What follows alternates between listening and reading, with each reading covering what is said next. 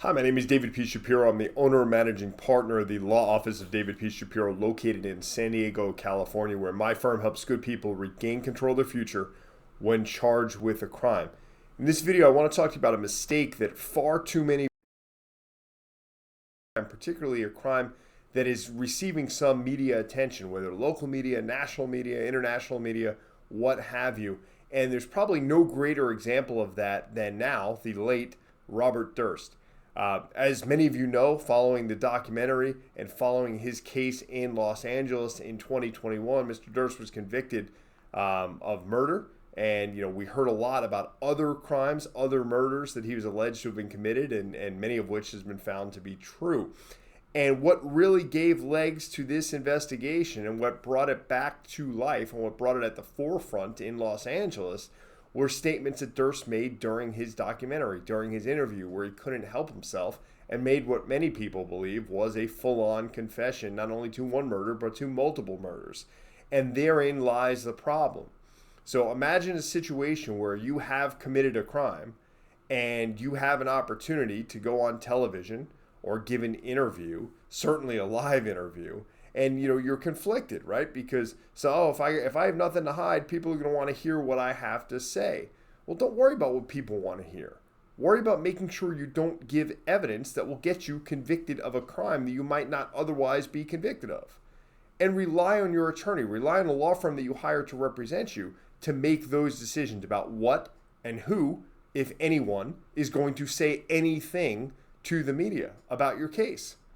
Right? Because there's this knee-jerk reaction where, the attorneys want to get in front of the camera and criminal defendants want to get in front of the camera and they want to tell their side of the story, right? I need to tell my side of the story. Well, sometimes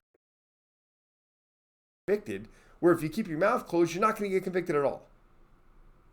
Okay, so that goes back to an underlying premise or a bigger issue of making sure you surround yourself with people who are giving you advice, who know what they are doing, who know how to deal with a certain situation, who know how to deal with the media on certain cases, who will resist that temptation to say, oh, here, I could promote my business. I could promote myself as a lawyer, as a person. How great would that be?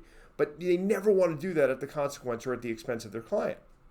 So you want a firm, you want a lawyer or group of lawyers and a team that is familiar with how to handle these situations, that is going to put and keep your interest as their client at the forefront.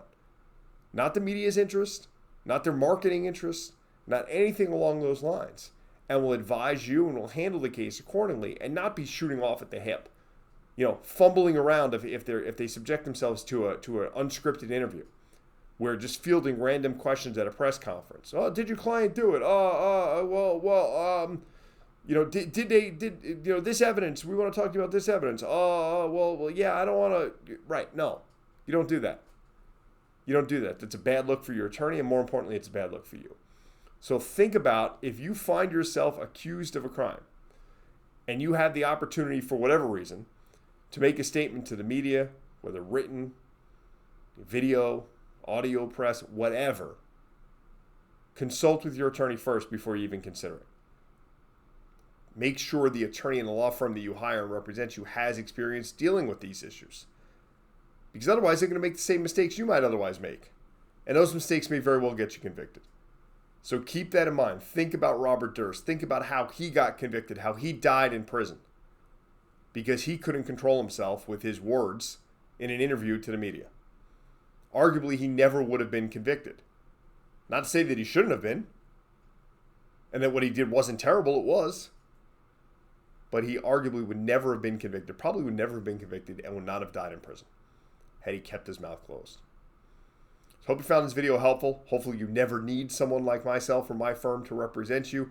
But if you are accused of a crime, particularly a crime that's getting national media attention, local media attention, and you find yourself in a situation where you're conflicted about what to do, how best to handle the situation, reach out, give my firm a call. We'll be more than happy to walk you through the options that you have, how to best deal with the situation, and explain to you what we believe we might be able to do if you're a good fit for our firm or a good fit for you. Again, David Shapiro, San Diego criminal lawyer, 619-295-3555.